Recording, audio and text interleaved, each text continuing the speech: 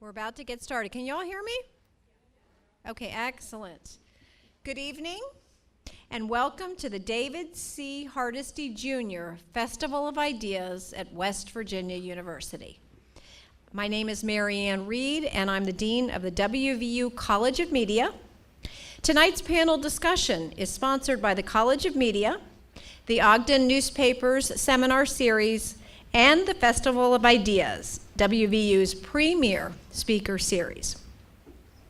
David Hardesty organized the first Festival of Ideas when he was a student leader at WVU in the 1960s. When he became the university's president in 1997, he relaunched the festival, which now spans the entire academic year and engages a diverse group of newsmakers, public figures, thought leaders, and WVU's own superstars. David and Susan are here tonight, and I would just like to take a moment and all of us thank you for your generosity that has kept this series going.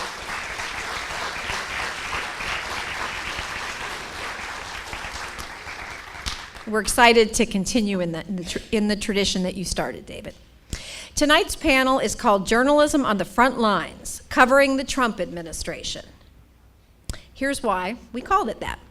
From the earliest days of the Republic, every American president has tangled with reporters. Presidents want their agenda to be presented in the most positive light, but journalists believe that they are responsible for keeping political power in check. They see their role as watchdogs of democracy, whose work is protected by the First Amendment of the Constitution. So there's always been a pull and tug and a back and forth in the relationship between the president and the press. But less than a year into his presidency, the relationship between President Donald Trump and the media has been particularly adversarial. Let's take a look at this short video.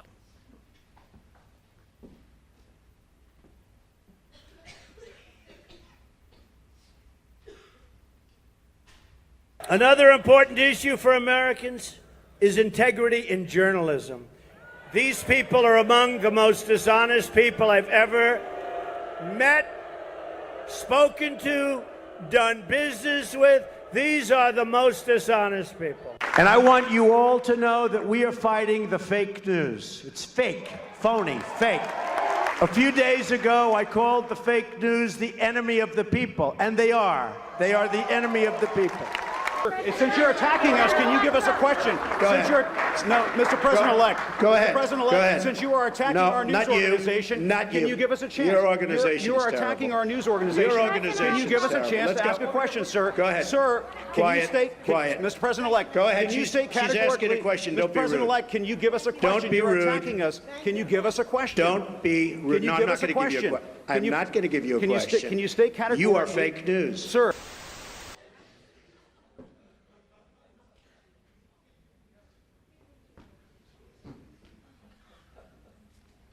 During tonight's discussion, a panel of White House correspondents will describe firsthand what it's been like to cover the Trump administration, what they've experienced, what they've learned, and how they're managing in what appears to be a very difficult situation. I want to acknowledge from the outset that this is a sensitive topic. Emotions can run high, so I would ask that all of you in the audience keep an open mind. Let's keep the dialogue at a high level, and let's treat our panelists and each other with respect in true mountaineer fashion. Luckily, the man who's moderating tonight's discussion, he is a master of handling difficult conversations. Often referred to as the Dean of West Virginia Broadcasters, Hoppy Kercheval joined West Virginia Radio Corporation in 1976. A founding father of MetroNews, the state radio network, Kercheval served as news director until assuming the role of vice president of operations in 1991. In 1993, he created MetroNews Talkline, which has become a signature program of the network. Kercheval's gift of interviewing has made Talkline a must-listen for lawmakers and anyone interested in state politics and the day's top news events. He has received a number of honors over the year, including the Mel Burka Award, given annually by the West Virginia Broadcasters Association to the state's top broadcaster. Most recently, Kercheval was inducted into the West Virginia Broadcasters Hall of Fame.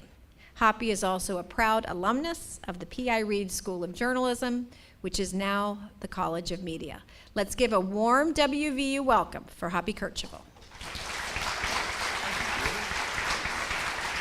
Thank you, Dean. Thank you very much. And thanks for coming out tonight. David, thank you for your work on this. The School of Media has assembled an outstanding fake panel tonight. So, I was a slip. I'm sorry. We didn't mean that. But this is a great panel. We've had dinner here and talked to them, and I think you're going to really enjoy meeting them, hearing from them. We're encouraging a good dialogue here among them, and also at the end there'll be a chance for you to ask questions of them and make comments. And I think they can handle anything that you can. They cover the White House, so they can handle anything that you can throw at them, figuratively, not literally. So let's keep that in mind. Please welcome, first of all, from the New York Times, Mark Lander. Mark, come on up. Mark is a White House correspondent at the Times, 24 years at the New York Times. He's been a diplomatic correspondent, bureau chief in Hong Kong and Frankfurt, a European economic correspondent, and a business reporter in New York. He drove like a maniac over here to get here in time after being at a White House briefing just this afternoon. Please welcome Mark Landler. Tara McKelvey is with the BBC, and Tara McKelvey is a White House reporter for the British Broadcasting Company.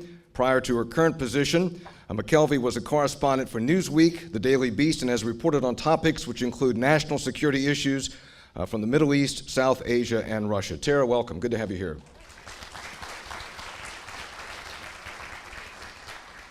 Catherine Skiba is with the Chicago Tribune, Washington correspondent for the great newspaper, The Tribune. She writes about the White House, Congress, federal agencies, politics and campaigns, policy, political contributions, public corruption.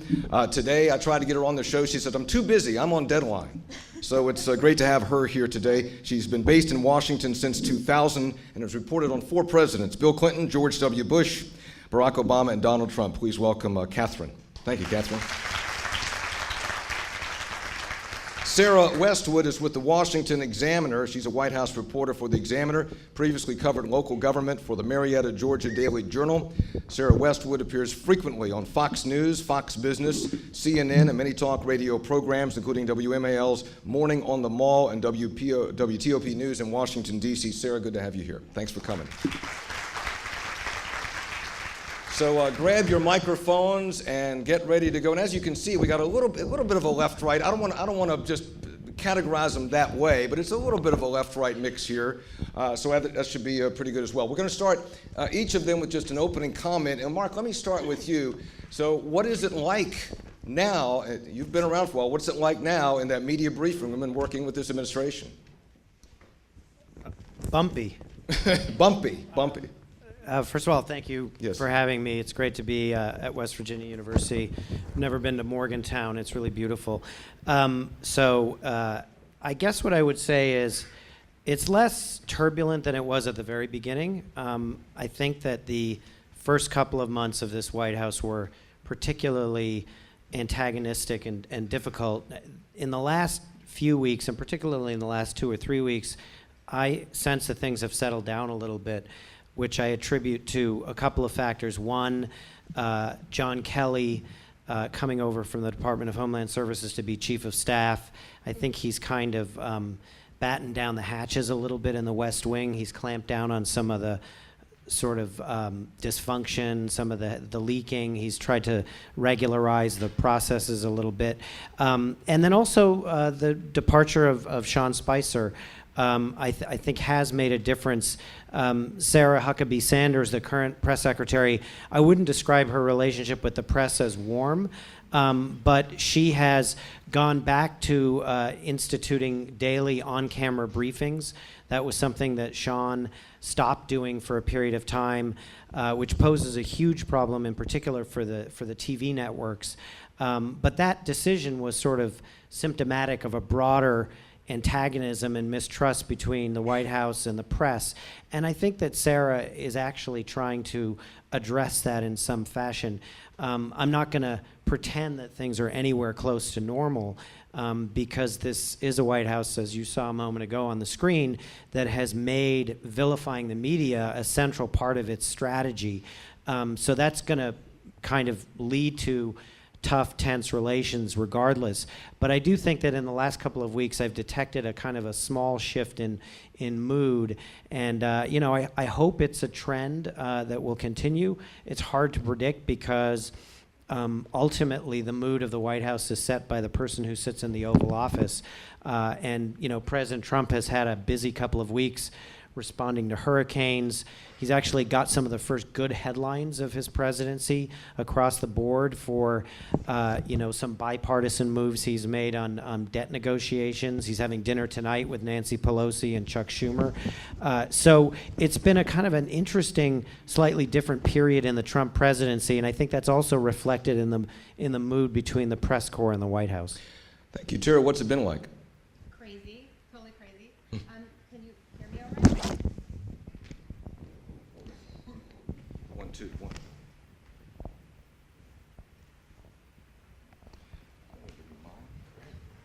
Just pass it over. Okay, we'll get this one. Is this better? So Check, anyway, check. it's Wait completely a minute. crazy at the White House.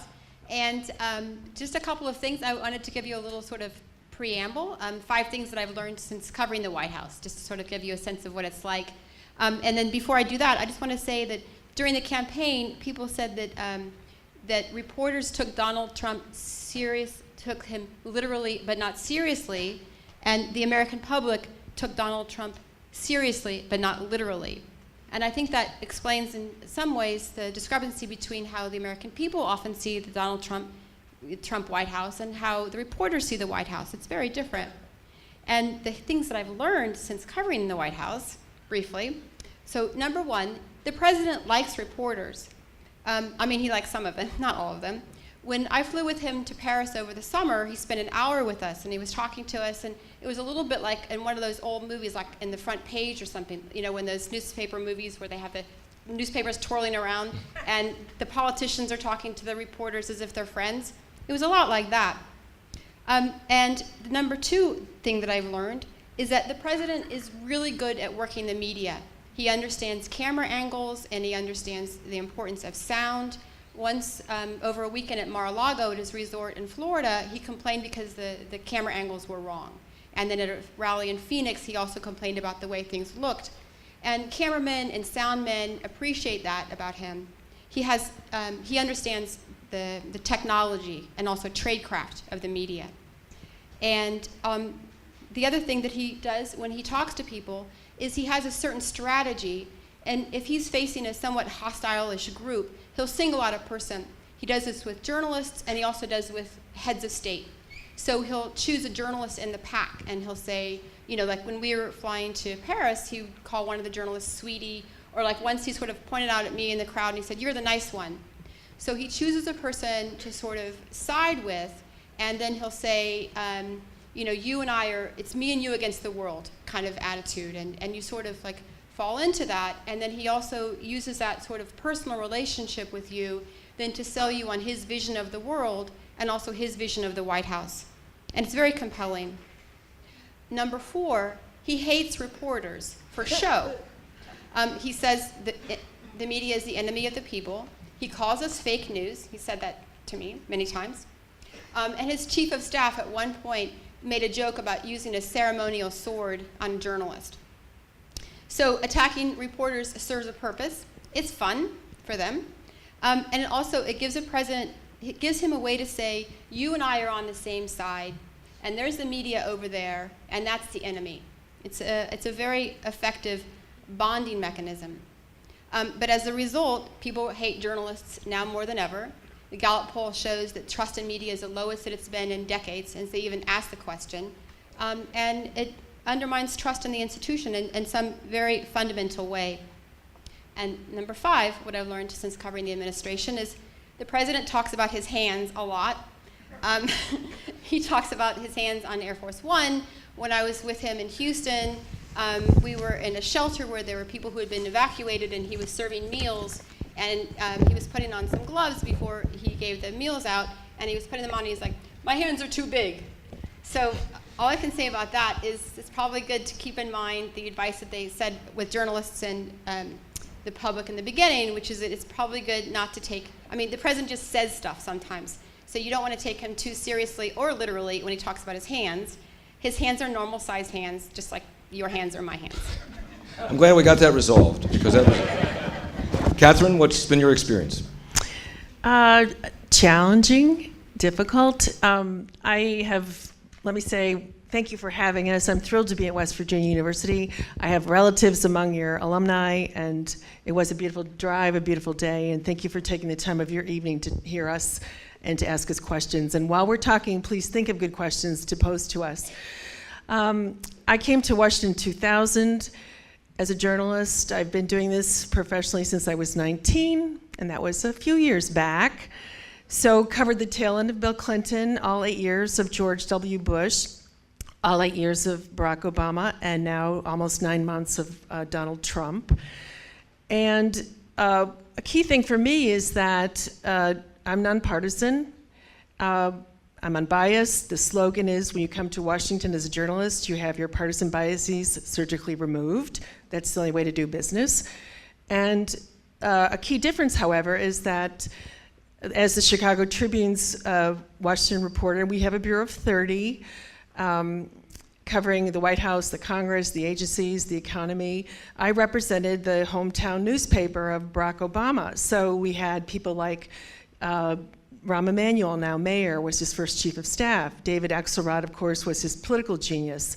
Tina Chen was the longest-serving chief of staff for Mrs. Obama. Mrs. Obama, the two daughters were born and raised in Chicago. So this is a different animal. I'm not first chair for the Tribune. I'm more of an outside player. So when I relate to the Trump White House now, it's who is the U.S. attorney going to be? The number 2 person, now acting Secretary of the Army, is from Illinois. How is Trump relating to the Illinois members of Congress? Who's up, who's down, whose agenda meshes with the president or does not mesh with the president? I covered Dick Durbin, who's the number 2 Dem in the Senate, and the entire delegation. I find that, and let me address the fake news thing right out of the gate. It's a tactic or a strategy, call it what you want, but it lets him be at one time, and the same time, a bully and a victim. And I am here to tell you, and to tell the journalism students most particularly, that your obligation and your passion and what you want to do for the future is enshrined in our Constitution. You are here to find the truth and to speak truth to power and to ask questions on behalf of the American public, the American taxpayers, and the people from sea to shining sea. That's your job. And the fact that you have a temperamental president doesn't have anything to say about my job or how I go about my job or whether I will continue to ask the hard questions. I had one more point I wanted to make, and I guess it slipped my mind, so I'll get back to it. But thank you again for having us, and we look forward to it and a great evening. Great, Catherine, thank you. Sarah? Well, can you hear me? Oh, you can. So I think my experience covering the Trump administration is probably a little different than everyone else's, in that President Trump is the first president that I've covered. I finished school in 2015, and President Trump launched his campaign in June 2015, so a month after I was done. I've never really known anything different in this industry than having Trump dominate the headlines every day. So for me, the things that he does on a daily basis in terms of his interactions with the press don't seem as ridiculous. And sometimes I think that can be a bit of an advantage because I don't have the institutional memory to understand what kinds of norms he's breaking, and that's kind of what his campaign and his presidency has been all about. It's about disrupting what was the status quo. And I think, it's already been said that President Trump's antagonism towards the press is good for him. It riles up his base, but it's a symbiotic relationship. It's also been really good for the media. Political journalism is at a 10-year high watermark. People are more fascinated with the White House correspondents and political journalists than they have been in a really long time. Trump has made a lot of people pretty famous just by fighting with them on TV, and I think reporters secretly or maybe openly love it. I think that it has been great for ratings, great for business, so maybe it's damaging to the institution in the long run, but it certainly has been a gift to the industry of political reporting. There's some really great themes here. Let's develop a couple of them. One is, I think from all of you, was Mark, you talked about criticizing, vilifying the media as a strategy. Tara, you talked about giving reporters grief for show. Catherine, you mentioned fake news is a tactic. So a lot of us, when we're consuming the news, we see the antagonistic briefing, we see the president point out, fake news, liars. But are you saying, Mark, it's a show, and really afterward it's like you all sit down and it's okay? I mean, that he gets us all riled up, but it's a tactic, it's not real?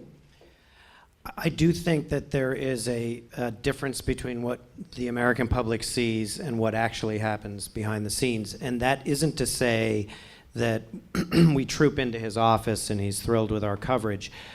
He calls our editors, he complains, his aides complain when they don't like certain kinds of stories. But the point that Tara made in particular, I think, is a really important one to understand. President Trump wants to have a relationship with the news media. I would argue he probably wants to have more of a relationship than his predecessor did. Really? Barack Obama's White House was, and I covered it for 5 years, a very difficult White House to cover. In some ways, a harder White House. Easier in other ways, and I'll explain. It was an extremely buttoned-down, closed shop. Right. It was very hard to get people to call you. And it was very hard to break out beyond a very carefully managed message that they wanted to put out. The president himself was reasonably inaccessible, fairly inaccessible. I'm not sure any less accessible than President Bush had been, but certainly no more. We had a handful of interviews with him in 8 years as a newspaper. The Washington Post, I believe, may have had 0 one-on-one interviews with him in 8 years, which is extraordinary if you think about it. President Trump, by contrast, has had our newspaper into the office 3-4 times. He's called a couple of reporters on the telephone. So what's going on? I mean, that's fascinating, because I got to tell you, and maybe we'll get some questions here later on this, that's not what we get. That's not, because it looks extremely, and somebody else can address this, because or finish your answer, it seems extremely antagonistic, yet you're saying in some ways the access is better than it was. Yeah, and then I'll throw to others, but I think that's exactly what, he doesn't want you, the American public, to really understand the nature of this relationship, because he has a tactical and strategic goal of vilifying the media, because it fits into his larger narrative of draining the swamp. We, the media, are part of the swamp that he has been sent in to drain. But I have to tell you, Donald Trump has been to our newspaper a couple of times. The last time he was there, he gave us a long-ranging, wide-ranging interview that lasted a couple hours. At the end of that interview, he said to our publisher and our executive editor that he viewed the New York Times as one of the gems of the American media world. I thought it was the failing New York Times. Well, maybe it's a failing gem. But the point is that the underlying relationship is not necessarily what you see. And that isn't to say that he doesn't have a great deal of anger against our newspaper from time to time. It's just much more complicated, and he is, as Tara said, a skilled user of the media, consumer of the media. He understands the media exceptionally well. Well, somebody else weigh in on this, what is an obvious, Catherine, paradox. I'll bring up a... Yeah, just get close. You got to get close to that I'll talk mic. a little bit about the Obama administration, because Mark is correct. They were very buttoned down. They wanted their story told. I had pushback on any number of stories. I'll give one example. Rahm Emanuel, again, the first chief of staff, probably, so Obama comes in 2009, probably maybe February of 2010. I started hearing whispers. Now, keep in mind, chiefs of staff last on average 20 months. So Reince Priebus didn't quite make it. We'll see what happens to General Kelly. But there were whispers that Rahm Emanuel, chief of staff to Obama, former congressman, wanted to run for Chicago mayor. So I stood up in my chair. I was probably reading this at breakfast, and I thought, oh my goodness, I had better get this story.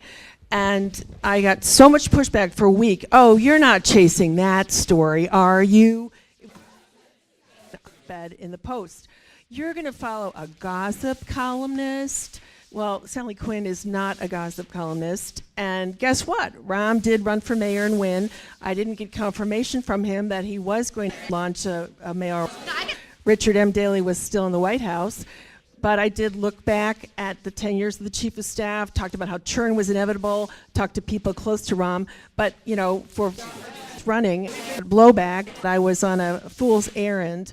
I can think of other occasions too, but again, another big difference. Let me ask you, but did President Obama get better press than Trump, even though journalists live on access? They live on access, right? Well, but is Trump getting worse press than Obama, even though you got better access than you had with Obama? Yeah, because he's always yelling at us.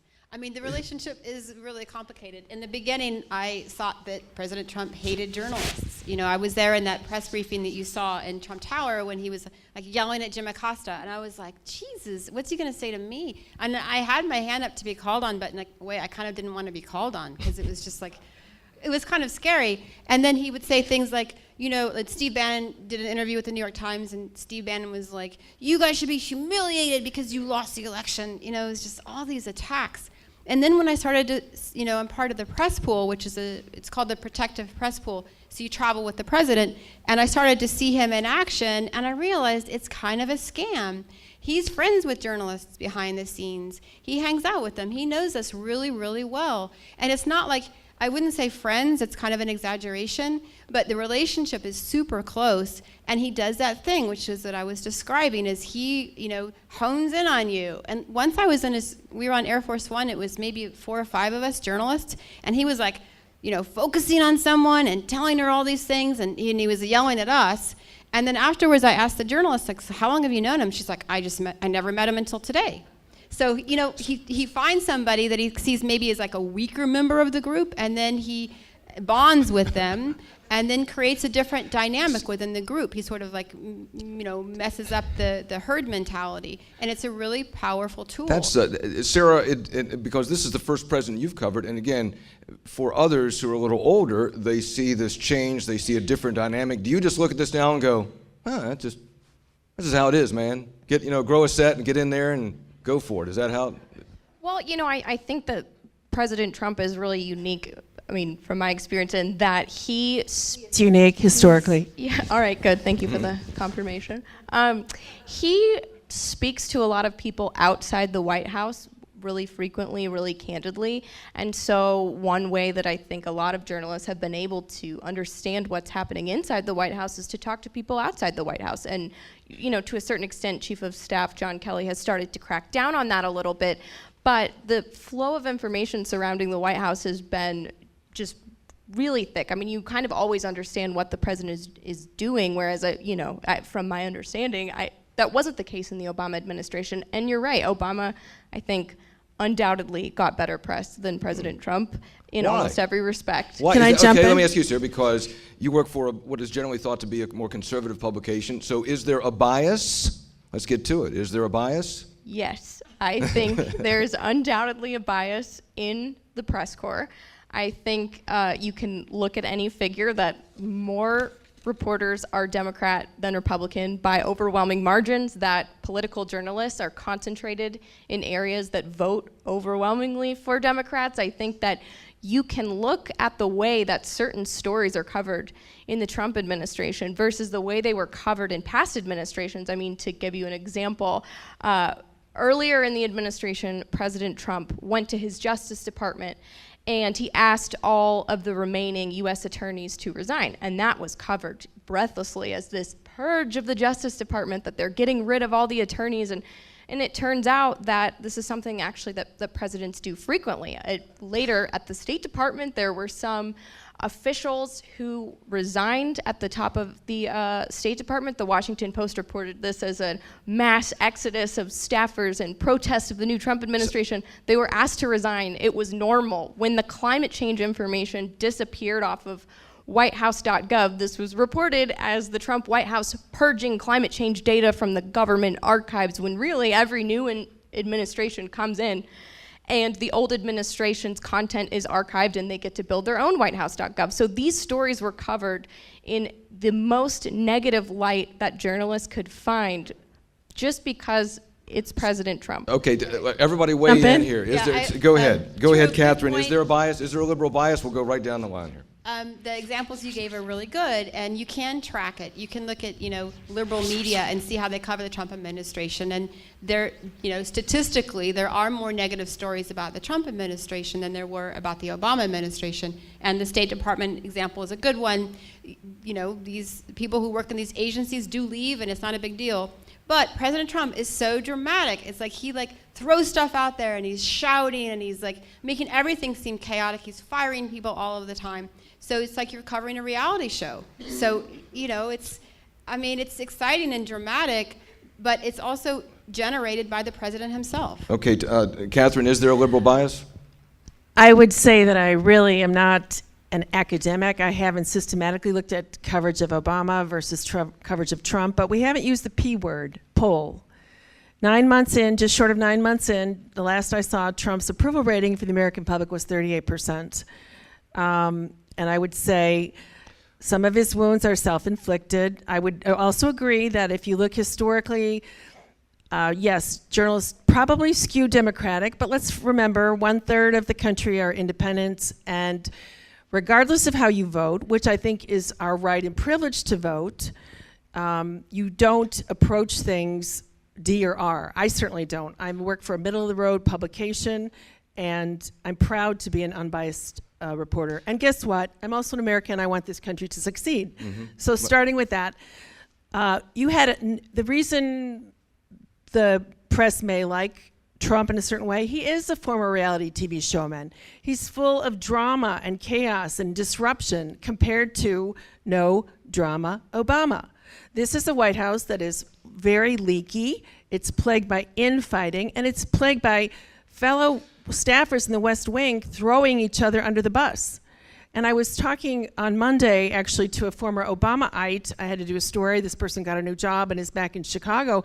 And it just, the words came to me, no drama Obama. He was not a perfect president. I'm not here to defend his administration or his decisions or his legacy.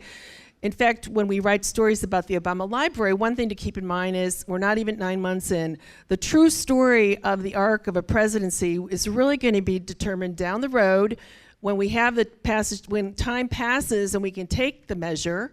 And it also will be told when the archives are released and you know what the aides were thinking and how decisions were made. And so I'm not sure how to sum up except that I would again say to the journalism students, your job is to square your shoulders and go out there and do your job. And journalism is not all about Washington. I spent many, many years in Milwaukee, Wisconsin, working for the newspaper there. I was a national reporter traveling the country. I've done some overseas work, as some of the other panelists have. And another thing that we haven't talked about is, fake news. I get trolled. I get asked about my mental health. I get told I'm the poorest excuse for a journalist that ever lived. Thank you very much.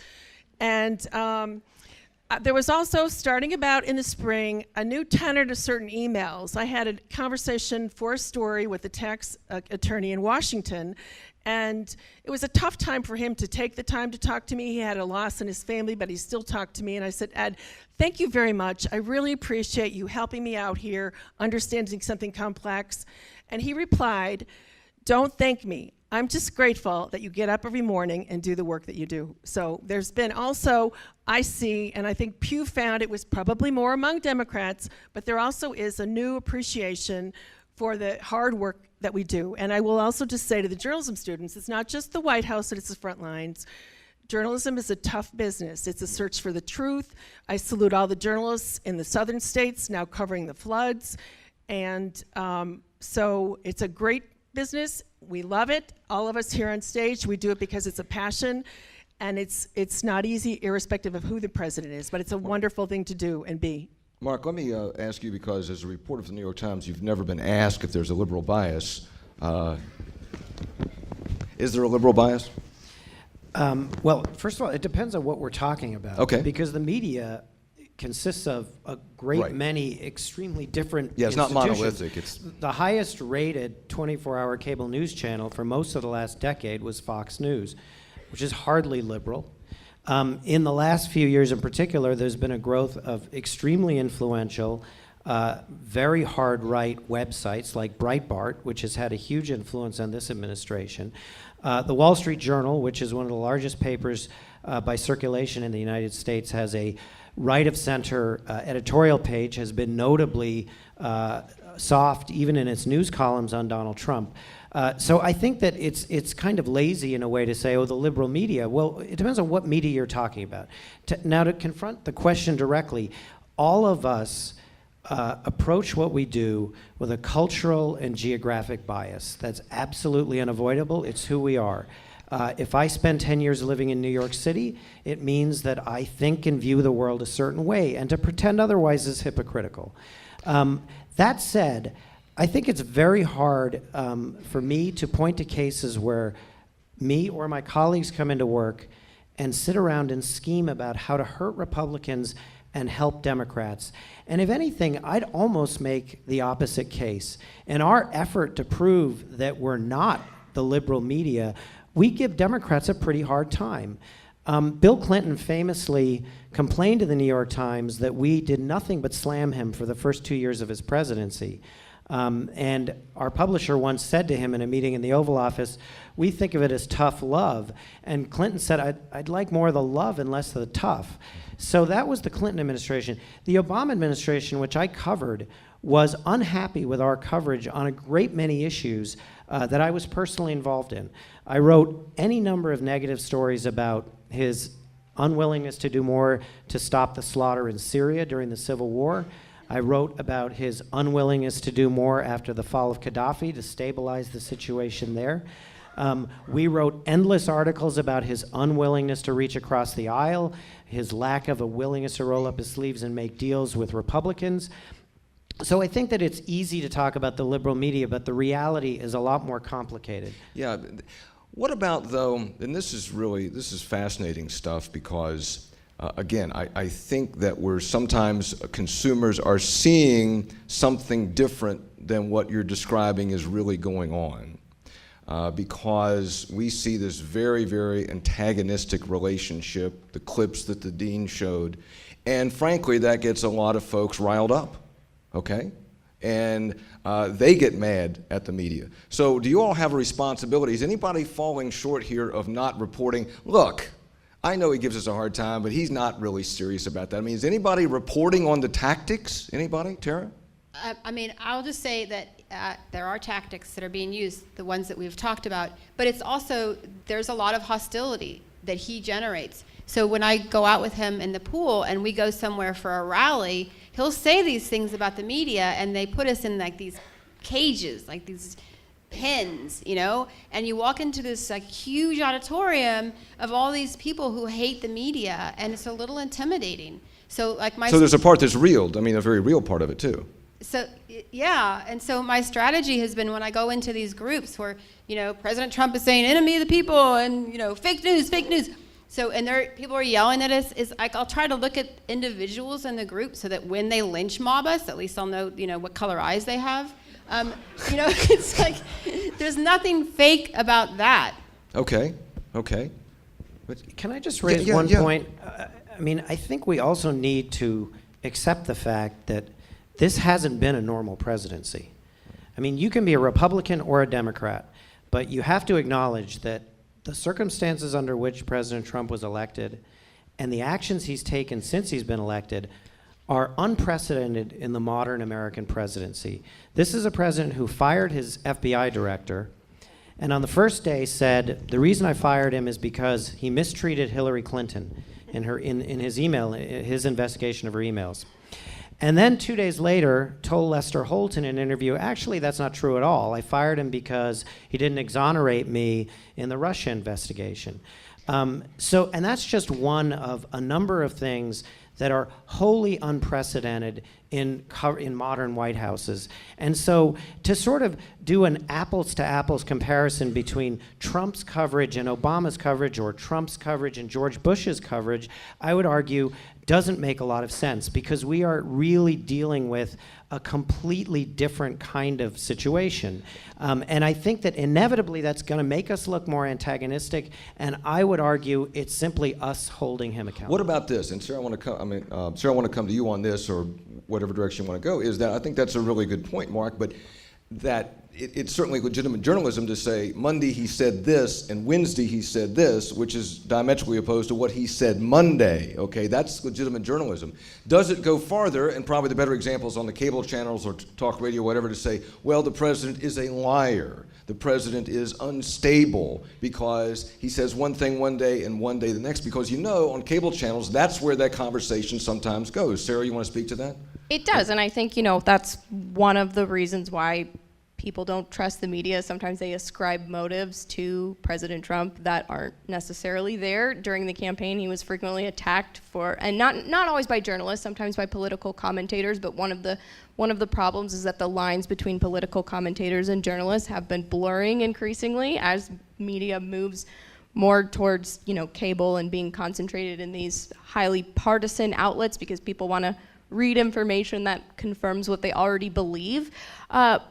So I think that, in some ways, the nuance of the argument that Mark makes is correct, but people who don't read journalism every day, who only consume it, in the mornings before they go to work or whatever, don't really process those nuances. They see a President Obama who has asked questions at press conferences like, what enchants you about living in the White House? Whereas President Trump has shouted questions at him about, everything under the sun negative, always about, are you going to fire your son-in-law?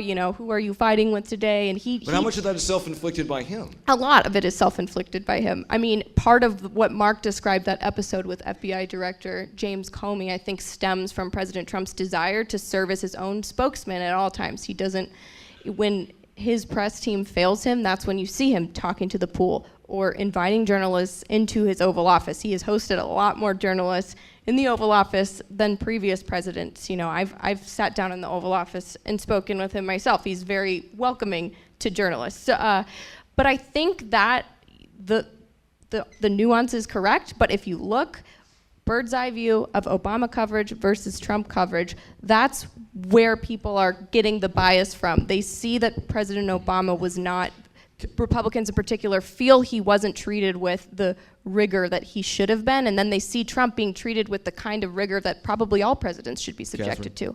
I would respectfully disagree. Wait, where are we? My mic's not working. Hand your mic over to her. Thank you.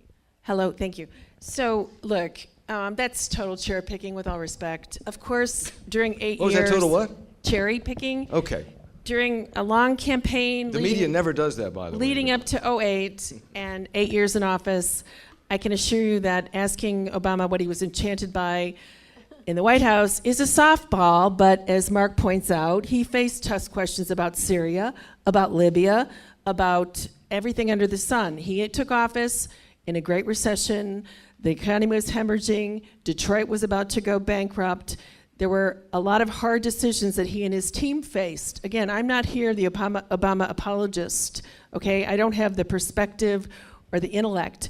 But again, we have a former reality TV show person in that job, which is the leader of the Western world. And let me just go to a micro level and switch gears a little bit. It's been said that Trump could not, as a person who's not an establishment Republican, did not exactly, in not every case, was able to attract the biggest talent on his staff. Now, that's not a blanket criticism of the White House. I happen to respect what General Kelly's trying to do, which is normalize things there. Kelly has a chief of staff he brought in. Within days, we learned in the paper that that woman is nicknamed Nurse Ratched, the stern nurse from One Flew Over the Cuckoo's Nest, because people don't like being excluded from meetings. People don't like meetings that are principals only. People resent that. Well, look, I'm sure for every president in history, there's been a lot of behind-the-scenes drama, right? But there's certain things as a citizen I really don't need to know, and I think the infighting and the backbiting among the staff has got to be, however interesting it is, it's counterproductive to his agenda. And What of his agenda has he accomplished to date, I would ask? Hurricane relief is fine, good. God bless them. God bless FEMA. God bless all the victims. I wish them well, and I wish them recovery. But I'd ask anybody in this panel to point to, besides last week's Democratic decision, we're not going to worry about the debt ceiling, we're going to have a CR. What of the Trump agenda has been accomplished? And I'm all ears, because I would like to hear. And we're going to get to questions here in just a couple minutes. Tara, let me take this to a different part here, because what are the implications, if there are any, on journalism and even the country? Because if the trend now is to vilify the press, or the press you don't agree with, or if there's something you don't agree with, then it's wrong, and if Trump is going to use the press as a vehicle, maybe successfully, are there broader implications for journalism, for the country? What do you think? Yeah, of course there are. The broader implications are about the truth. What is the truth? President Trump has a way of shifting things around, and when you're with him, you're going along with it. You're like listening to his stories, and one of my colleagues says it's a little bit like Harold and the Purple Crayon. You know, he takes this purple crayon around and he draws this town, this city, and everybody, you follow him and you watch what he does, and you're like amazed. And the way that there is these discrepancies between his account earlier in the week about why he fired the FBI general and how it changed later, you kind of don't care because you're caught up in the story. And through this mechanism, President Trump creates a new reality. And that means that facts become alternate facts. Thank you, Kellyanne Conway, one of my favorite people in the White House. And you start to see things in a different way. So I think these implications are fundamental to who we are as a country. And Right, Mark, what do you think? What are the broader implications of what's going on here, Mark? Well, I think Tara, hit on the germ of the problem, and it does very much go to this notion that, Daniel Patrick Moynihan had this famous line that everyone's entitled to their own opinion, but they're not entitled to their own set of facts. Facts are universal. We have to agree on what the facts are. And if you progressively degrade the whole notion of facts and truth, you can't actually have an informed debate about anything in American society. And I think that's probably, of all the things he's done, potentially the most troubling. I mean, look, like Tara, I've been at a few of these rallies and had people glare at me and shout horrible things, and I'll deal with that. That's like an occupational hazard, and I don't even take it that personally. What I do worry about is that my children will grow up in a world where there are no agreed upon facts, and to go to what Sarah said earlier about the fact that the media world is increasingly splintering in a way where we only consume the media that confirms our biases and reinforces our opinions. And I think that is being accelerated also by, a strategy of vilification and a strategy of, only using certain media outlets for certain things. So I think that's the thing that troubles me the most about it. And I would just note, it's not just the media. Donald Trump, don't forget, has also launched a fairly full frontal assault on the courts. He has questioned the even-handedness of judges and what their motives are. He has specifically questioned the value of judgments that were made on his initial immigration executive order, and I think that, by the way, is every bit as serious as what he's doing with the media. There's a number of institutions in this country that we rely on. We happen to have a great deal of we of course will defend the media, but you could get a panel of legal scholars up here, and I think they would be every bit as troubled about what he's doing with the courts. Sarah, do you have an opinion on that, and are there broader implications where if everybody's sort of just tuning into media that reinforces their preconceived notions, then there's no agreed upon facts? How do you have debates? How do you have debates about issues? How do you reach compromise, which is a dirty word? I mean, where's it all headed? Right, I think Mark's talking about a strategy of vilification against the media. I think that strategy of vilification is so successful because there was already an existing mistrust of the media in America. And so President Trump recognized that and he exploited it. He certainly did not cause it. And maybe he's accelerating this fracturing within the industry because liberals are more fired up than ever. They want to go read about the resistance in outlets that present it in the fairest light. Republicans want to go watch Fox News, read Breitbart. They want to have see President Trump praised in the media. And so that is, I think, a huge problem, because then there's no middle ground where what's happening is just being laid out without any kind of varnish. So so then, Catherine, so are the media just getting the kick in the groin everybody wanted to give you all along anyway? So far as I know, the Washington Post and the New York Times they're doing quite well, and they're also doing quite well because of Trump, because people are looking for facts. They're looking for answers. And I would also note, in terms of the full frontal assault on the judiciary that Mark brought up, look at what Trump has done to senior Republicans in the Congress. These people are theoretically his allies to push his agenda. And I concur. Obama did not do a good job of, he served in the U.S. Senate briefly, but he seemed to have a disconnect. Biden had it, but he didn't understand that you do have to go over to the Capitol. You do have to make nice with those lawmakers. They're your appropriators. They set the budget. They approve your nominees. But again, Trump is always on attack so much. It was brought up earlier. Let me address a point that was made earlier too, which is, calling the president unstable. I have never done that. I don't really know of a journalist who has done that per se, a straight news journalist as I am. I know psychological groups have made that statement by violating the Goldwater rule in doing so. But let's just go back to day one of the Trump presidency, okay? I covered his inauguration. That was my 6th inauguration that I covered. It was the first inauguration that was followed by a women's march, chiefly women's march, probably about 200,000 strong.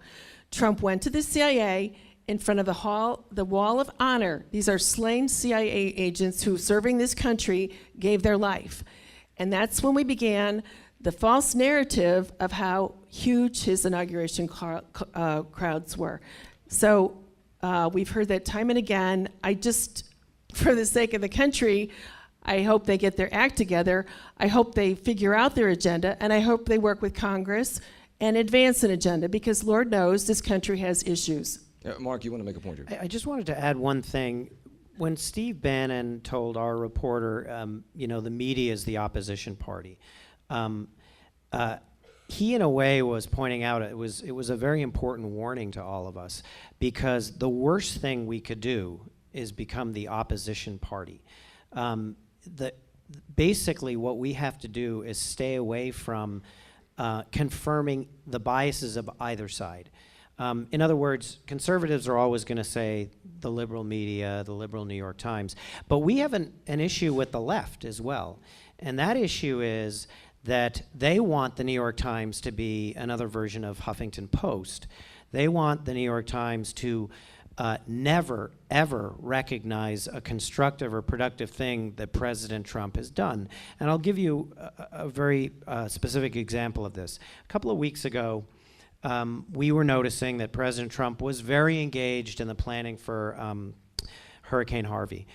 He was up at Camp David, but he was having repeated meetings with his cabinet. He was tweeting. Now, some of those tweets were a little off-key. He was a little too excited about the size of the storm. But he showed a level of engagement that he has not shown on other things, tax reform, health care.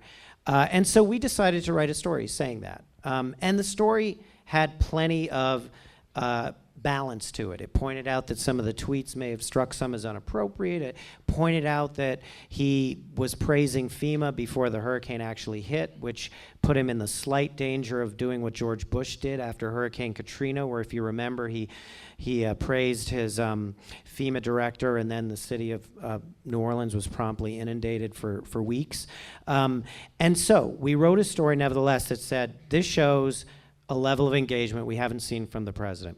Story posted at 5 o'clock on a Sunday afternoon. Within a half an hour, I had gotten crucified on Twitter, absolutely raked over the coals in a much more hostile way, frankly, than half a dozen really negative stories I'd written about Trump.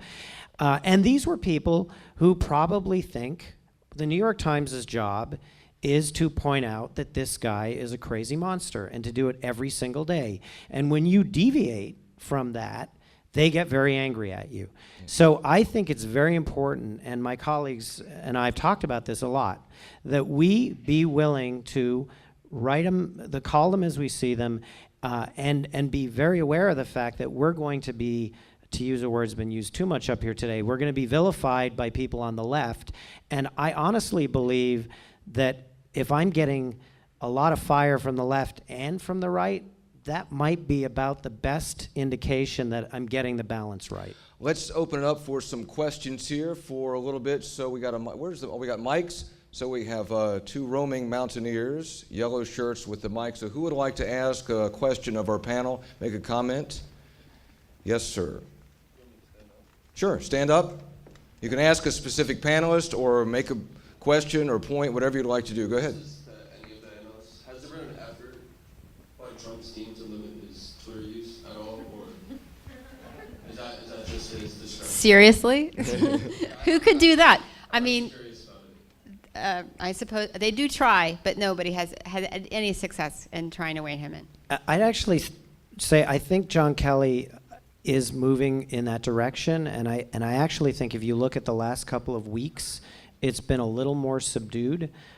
So I think it's going to be an uphill struggle, as Tara says, but I do think that they have kind of given him the message that there are certain types of tweets you might want to stay away from, or at the very least, if you're going to make certain assertions on Twitter, maybe run the facts and figures past the staff beforehand. And there's some evidence he's done that.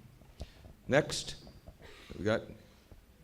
there's a lady here, back here too, or this. Yes, sir. Is this on? Yep.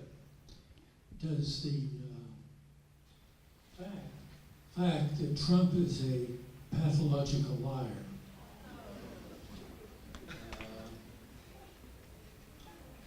make the press the enemy of the people? People talk about whether or not the president lies. That comes up a lot. It's certainly a conversation among journalists that I know. And one definition of a lie is you do it deliberately. So much of what the president says seems to me to sort of be in the moment. He just says stuff, and he says it to convince you and to sell you. And sometimes it's not true, but it's difficult to it's difficult to untangle all of that. And the best thing that we can do is tell you guys what he told us. Sarah? Lie is a pretty loaded word, and probably until recently, I think it was one that journalists were almost universally instructed to stay away from, because you can't get inside a politician's head or a public figure's head and know if they knew they were telling the truth, know if they deliberately misrepresented what's accurate. So that's something that we as journalists are supposed to stay away from, and I think that one way bias has manifested itself in the way the press coverages the Trump administration is by ascribing motives to things that they do without actually knowing the full story. Like the examples that I cited, it was assumed that President Trump was going on some kind of crusade against the government when he was just doing something ordinary. Or maybe if he watches a Fox News segment and then he fires off a tweet based off of it, it's assumed that he's trying to put out propaganda when really he's just, interacting with conservative media in a public way. So I think that the term lying is something we are really supposed to avoid, and we've seen that norm kind of be eroded. That's one problem the Trump administration has ushered in, I think. Catherine? I would just chime in. I'm not really sure where you saw the president in a standard middle-of-the-road publication or broadcast outlet called a liar, but just look at the rise of the so-called PolitiFact columns that do take a deep dive into what are very complex issues. And there's the liar, liar, pants on fire meter is one of them. And they did it to Hillary, they did it to Obama, they're doing it to Trump. You have to take these people to task and look at real facts versus what's being said. The other point I want to make is that we can't lose sight of the rapidly changing technology. Now, The Obamas were on Twitter, they were on Instagram, but that is a relatively new phenomenon in our history. Hence, you have a vehicle for Trump to say he's going to rain fire and fury down on North Korea, which is perhaps an intemperate thing to say, and the military experts said, arguably, perhaps threatened to box Trump in terms of what his alternatives were in a very volatile and dangerous part of the world. I would make that point. And also with respect to being trolled or getting hate mail, yes, we get a lot of it.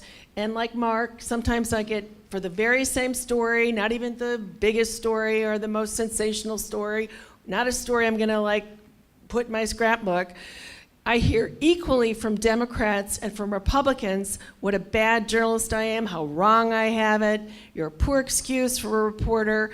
And I would note that I've been in this business long enough that I long often for the days when a reader would either call me on the phone. Talking on the phone is a much more intimate way of communicating than firing off an angry email, because under my byline it says contact the writer. So we make it very easy for people to treat me like, let's just say, as nicely as you do your cable TV company or your phone service provider. That's just the nature of the way things are right now. And so technology has changed so fast. It's become more impersonal. It's become quicker and in certain ways more antagonistic, I would say. So with respect to when you write to me and you call me bad names and you say this and that, oftentimes I will tell people, dear Mr. Jones, thank you for taking the time to read my story. I really appreciate it, and I appreciate you taking the time to share your views with me. However, I have a policy. I do not respond to email with profanities. You're welcome to try again. And I get two responses. I get the tail between the legs, oh, Miss Skiba, I'm so sorry, I lost my cool. And that's one response. The other one is like, boom, boom, boom, up the ante, and I'll get more of it in my face. But like I said, I've got a job to do. Been doing it a long time, and thank you very much. I don't respond to emails with profanities. That's a damn shame. I remember that. Question right here. You have a question? He's got grab the mic there. Thank you. Today we've spoken a lot about the vilification of media. Would you say the media has brought any of this on itself by amplifying racial hostility with their coverage? Okay. Have you brought any of this on yourselves? And you want to particularly do with the race issue? You want to do with the race issue, how race issues are covered? That's Tara. Anybody want to tackle that? The question of like how much is the media to blame for the vilification of the media is a really good one. And it's something that I talk about with my colleagues a lot. Journalists need to take into account that, we as journalists are hated. That's really important. I don't have the answers for where it comes from. In terms of the racial dynamic, I also am not sure what that means in terms of how the press is perceived or how the media is seen. These are questions that we have. To pretend as though it's enough for us to do our jobs and end of story, I think that that's not enough. I think that we need to take into account the way people see us and how that's changed with time and what we are doing in our jobs that brings on such wrath. Would it help, and I'm not saying that you all should give up your seats at the White House, those prime seats at the White House, but would it help, and I guess the Times has a huge staff, you can get out more, if more reporters really got out of Washington and instead of hanging on every word that happens there and go out and see what's happening across the country? Is that one of the reasons that a lot of people miss the Trump phenomenon? I think there are very valid criticisms to be made of the way the media covers elections. I think that some of the criticism is misplaced. For example, to speak about our newspaper, I think that our practice, which became really, really emphasized in the last election, to constantly run predictors every day on our homepage. Hillary has a 64% chance of winning or 72% chance of winning. I don't think anyone feels that was a particularly constructive exercise in hindsight. It made us look a bit silly when we went from 62% to 99% in a 1 hour period on election night. So I'm sure we'll be rethinking that. As to the question of should we get out more into the country, it's kind of lost in all the noise, but we sent tons of reporters out into the country. And we wrote a lot about the hollowing out of manufacturing, about the hopelessness in communities, about the opioid crisis, about what was driving white working class resentment. These are not actually issues that we ignored. If you go back and look, we wrote a great deal about them. Now, I'm not going to argue with you that those stories were played as prominently as they should have been, because unfortunately the horse race mentality in election coverage is so extreme that it tends to crowd out the policy stories and the on-the-ground stories. So the answer is, of course, we should get out into the world. And, you know, I will say, though, on the question of would we have correctly predicted this election, absolutely not. I defy anyone to tell me when an election turned on 77,000 votes in 3 states that sending more people out, even to Wisconsin and Michigan, necessarily would have brought us to come to a different prediction for the outcome of this election. This election, as Bill Kristol has said, was kind of a triple bank shot. That doesn't mean that it's not our job to go out and write more about the issues that were driving voters in this election. I think we all learned an important lesson. We probably will commit more resources to that in the next election. Question right here, the lady in the middle. Can you get her a microphone?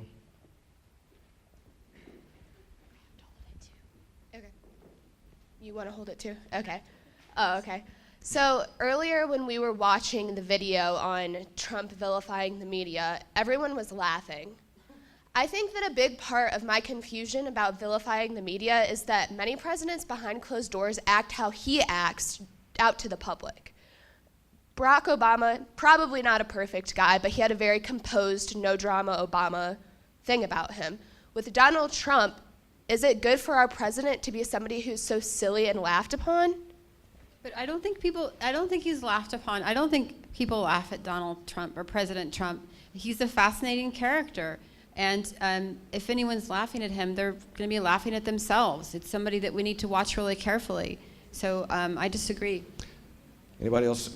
I think that... Sir, go ahead. Yeah, I think that a lot of the problems with covering Trump actually did start during the campaign. I think a lot of journalists didn't think he was going to win and didn't think they needed to necessarily cover him as seriously as they would as someone who had a good chance of becoming the next president.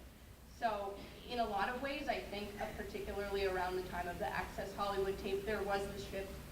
It was happening before, it's happened after, but where reporters used the fact that President Trump said racist things and sexist things and misogynistic things to drop their pretense of objectivity, because it was no longer a difference of this policy or that policy. They viewed it as a difference between right and wrong. And there were a lot of people who liked what President Trump was saying because it's the way they talk around their dinner table, it's the way they talk out on the golf course or the locker room, as President Trump would say. And they didn't see how all of the stuff Trump was saying was that offensive. So they liked what they were hearing from President Trump, and they didn't like it when reporters were characterizing this as something that should be, outraged, banned, he should drop out of the race. People rolled their eyes at that, and they stopped taking the news seriously every time they get hysterical about something that someone might say to their partner at the dinner table. Can I just add one thing? Of course. I'm going to take slight issue with this. I think Sarah's right that was a big part of his appeal to his base. I think that the problem we have now is he's speaking and saying things in a way that's just completely unpresidential. And he may believe he's redefining the job or recasting the job of president, but the rest of the world doesn't understand that. And I think the danger here is, particularly if you're a leader in a foreign country, an ally or an enemy, a potential would-be enemy, some of the unpredictability, the impulsiveness, the illogic, the blustering threats, those are deeply destabilizing to this country and to the world. And I often think that the issue with President Trump is, I think he wakes up in the morning sometimes and forgets he's president and thinks, I'm just going to say the stuff I said during the campaign. That's what people liked about me. The problem is you can't do that when you're president. And then just one final point on this. Mm-hmm. For him to come out in the wake of the racial clashes in Charlottesville and declare that both sides bear responsibility for this, when one side included in its ranks, not completely, but included in its ranks neo-Nazis, white supremacists, KKK people, I just think is a surrender of the moral leadership that presidents exert in this country. Presidents, in this kind of very secular, very splintered society, we rely on presidents to chart the moral course for the country. And I think for him to draw a moral equivalence between both sides in Charlottesville was perhaps the single most troubling thing he's done as president, and it's our job as journalists to point that out, and also to point out how completely ahistorical this is. You can't find a president, no matter how Republican, no matter how conservative, who would not have condemned that outright. And I think it's important for us to do that and for it not to be ambiguous. Let's take, we got one more. We're going to take one more question and we're going to wrap it up. Yes, ma'am. My name none of you mentioned Russia.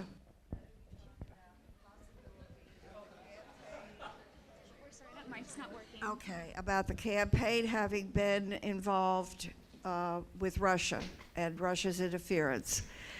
And I would like to also remark on I'm sorry, I can't think of your name, ma'am. Tara? No, the next one. Catherine? Catherine. Your remarks are excellent and very, very seasoned. Very seasoned.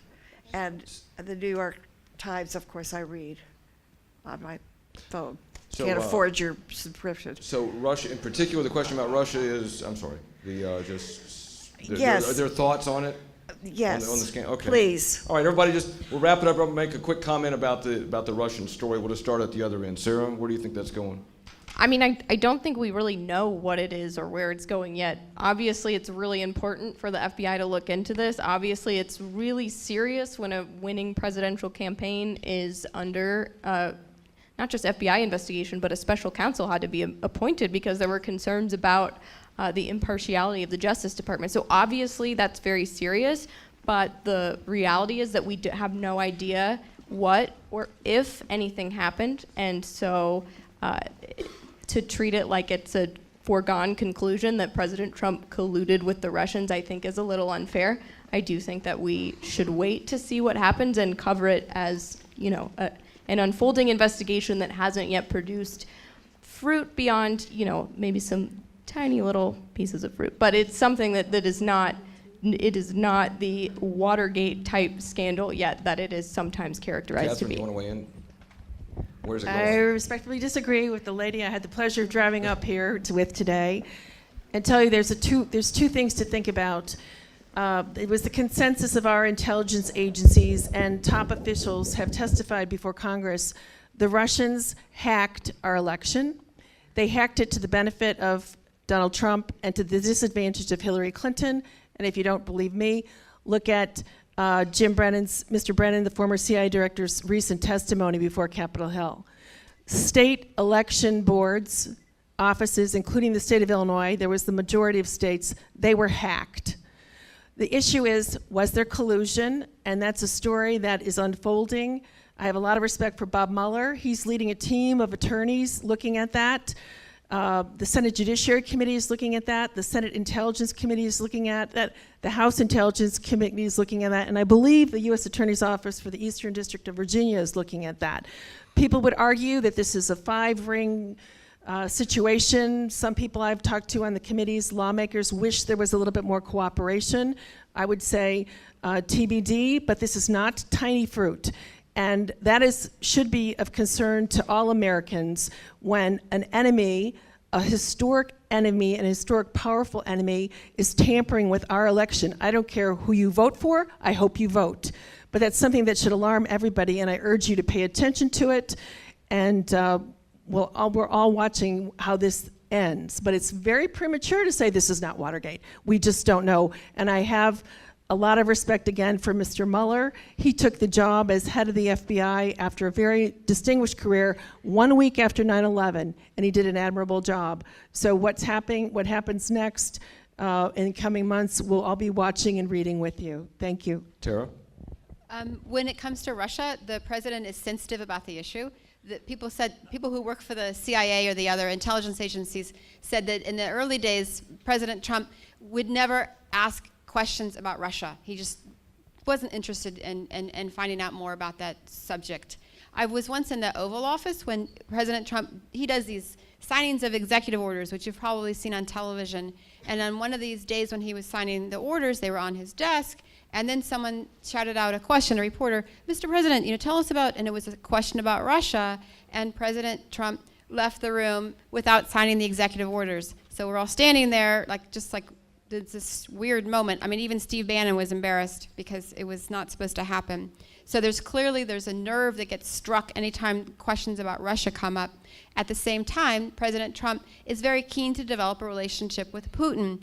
He wants to have some sort of working partnership with him so he can resolve big questions like Syria and Ukraine. President Trump sees it as a way to fix things and has told me and other reporters that Mr. Trump believes that he can control the relationship and come up with a good result. And it's possible that would happen, but it's possible that there'll be problems with going down that path. And as you remember, the last thing I'll say about this is during the campaign, Donald Trump used to talk about autocratic leaders in a way that was very somehow appreciative. So there's a certain sort of sensibility that President Trump has about these authoritarian leaders that makes a person think that they should watch that very carefully. Mark? Those are all good points, and I'll only add this. I think that this is one area where the press, and in particular newspapers, have the ability to really contribute, because we have deployed enormous resources against the Russia investigation, and I think, and more broadly, into an investigation of Donald Trump's business ties, because I think that that's at the heart of understanding what happened with Russia. This is not a president who's released his income tax returns, so we don't know the sources of his income except in a very general way. So there's a lot of material that needs to be ferreted out to help us understand why, for example, he seems so reluctant to engage on Russia, so reluctant to criticize Vladimir Putin. His own family members have said in the past, Eric Trump, that a lot of the revenue that the company, the Trump organization, got in recent years did come from Russian investors. That doesn't necessarily equal collusion, but it certainly raises a lot of questions. And I do think one thing I'm proud of, and I'm not personally proud because I'm not an investigative reporter, but I'm really proud of my colleagues. We've broken a lot of important stories on Russia, who in the Trump organization met with Russian officials, what was said in meetings. We've traced a lot of the business ties. I think it's still only the tip of the iceberg. The Washington Post is hammering away at this. It's probably the greatest newspaper rivalry that we've had since the Watergate years. That's not to say that this is necessarily another Watergate. I do think it's extremely troubling, and probably more important than what I do every day is what those investigative reporters do, because they're the ones that will really be able to help figure out whether there is a story here. Before we leave, I'm going to ask you for 2 rounds of applause. First will be for the School of Media, Dean Mary Ann Reed, Krista Curry and her staff, David Hardesty. Thank you. This has been part of the David Hardesty Jr. Festival of Ideas, and a really great event here this evening, and thank you all for coming out. And a big round of applause for a panel who've worked today and drove over here and probably be back at work tomorrow. Great job. Thank you. Let's give them a round of applause.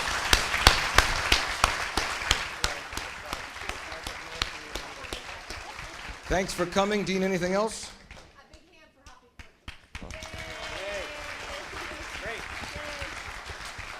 Thank you, everybody, for coming out. Have a great night, everybody.